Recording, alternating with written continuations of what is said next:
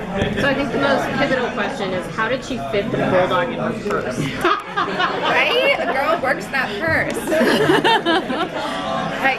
It fit pretty snugly. I will say that. And she doesn't carry, I would say she doesn't carry many cosmetics. She's a low-key girl, so there was lots of space in that purse. Were you excited to see that your character would be the one that would get to take down Brady? Well, I read the book, so when I got to that part, and I knew that I had the part at that point, I was like, I don't think I've ever been more of like a fangirl. I was like, go, go, go, go, go, yeah! Like, I was like, beat the shit out of him, which is also crazy because I'm not like a violent person and I have a hard time watching violence, but it was like wildly satisfying reading that book and being like, I take him down? Whoa, okay. I hope I can do that with my little like tiny arms. Yeah. I really enjoyed the evolution of your character. Like, she gets introduced about midway through, and by the end she feels like almost not a completely different person, but such a much stronger person. And how would you say that you envisioned that and how you portrayed that?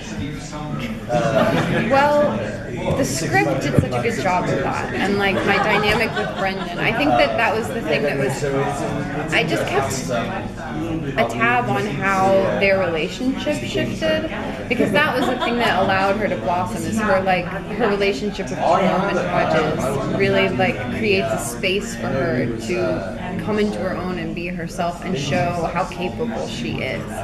So the script itself provided that kind of space to do that work.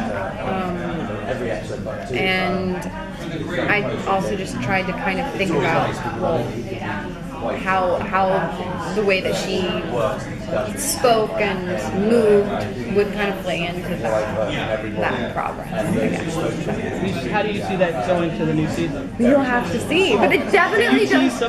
Yeah, I mean, they start a business together, Hodges and Holly. We start the season off where we started this kind of like detective business called Finders Keepers. So she's like a full-on businesswoman now. She's kind of like running the show. So automatically she's put in this position of power and strength, and she's getting to do something that she's really good at, which is awesome to watch. Yeah. It was really powerful, that speech she gives where she's talking about the bullies, about how if he had just never said anything, his life would have been the same. Hers would have been totally different. Yeah. Is there anything in that you found like resonated with you and was like particularly touching?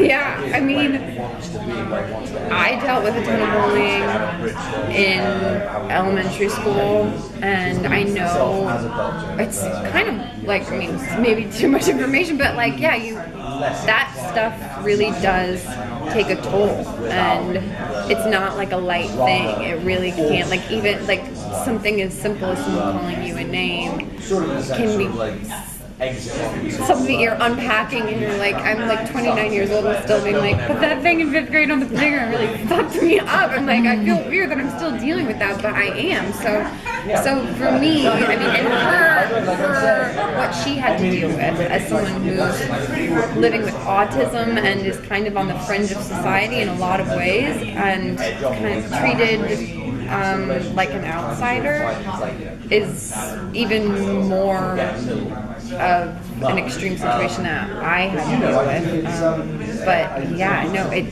definitely, I was happy to dive into that, because it's something that bullying is not something that it's kind of dealt with in a broad way a lot of the time, or not even addressed at all. When it is, it's almost like part of like a goofy comedy or something.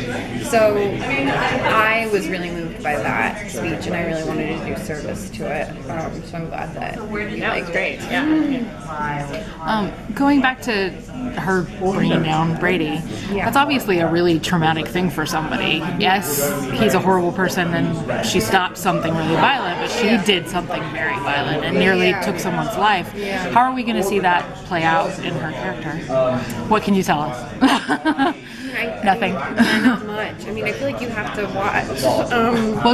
We will see her. It comes out in a quiet way, which I loved. I like kind of, as the scripts were coming out, I was like constantly surprised at the way that they handle what it must, like how she feels about what she's done.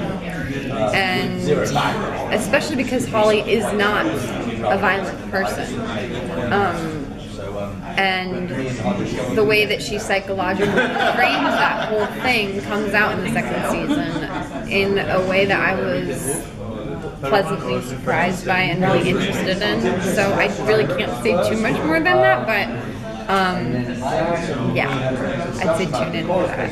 It's there. That's helpful. No, it's there. That's good to know. Okay. Yeah, it's there. It's there. It's not like something for the rest. Yeah, it's interesting you were saying that, and it kind of made me think about it. It's really like all of the core characters are kind of on the fringes and all kind of alone and end up kind of coming together at the end. I think, how long are they going to be able to stay together? Like, do you think there's a natural tendency to want to pull apart? I don't know. We'll have to see. It's so annoying of me, but it's true. I mean, I don't know where it's going to go, because we honor the structure of the books, but also kind of depart from them. I will say that, like, right now in this season, so far, at least when we start out, there's like a very special bond between Jerome and Hodges and Holly and then Ida, and you kind of see these people coming together in their pain and in their kind of in this struggle and going through these series of traumatic and kind of violent events, obstacle course, and also the kind of like mundane nuances of life that are also really hard and maybe not as like, you know, hyperbolic, but are also like the quieter struggles of being a person, and they rely on each other in a way that's really like unique and also special. So we'll see if they get torn apart. I hope not, because I love them. Leading to that, can you talk a little bit about playing opposite Jerome versus Hodges? How your character's a little different when you're in the room with each one of them.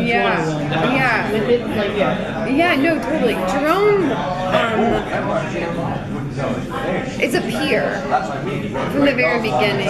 He's like a peer, but also he's a new kind of dude. Like, I don't think Holly's ever, like, from the very beginning, he trusts her to like be capable in a way that I don't think she's had someone have trust in her before. Like with this computer stuff, he immediately is like, yeah, you know how to do this, let's go. And Hodges starts out as more of a father figure, I think, or someone that she's kind of enamored with and wants to get close to and looks up to. And then both of those relationships kind of evolve into something different as the first season goes on and into the second season. But both of those people provide a safe place for her, and also like a place where they provide encouragement to grow, which I think is like a really, like, it's really cool to watch. At least I had a fun time watching, like seeing these two people treat her as an equal and embrace her and watch her step into those relationships. It's pretty cool. Did you get to meet Stephen King? I did. How was that? Oh. It was really cool. It was really, really cool.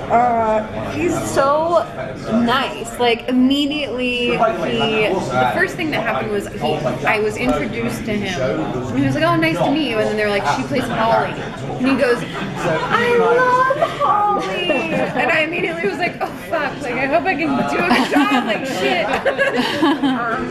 But it was cool. He was so, like, excited to be there. He wanted to be an extra.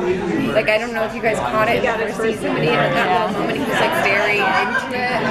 So it was really neat. Awesome. Right, Thank you. Bye. Have a good day.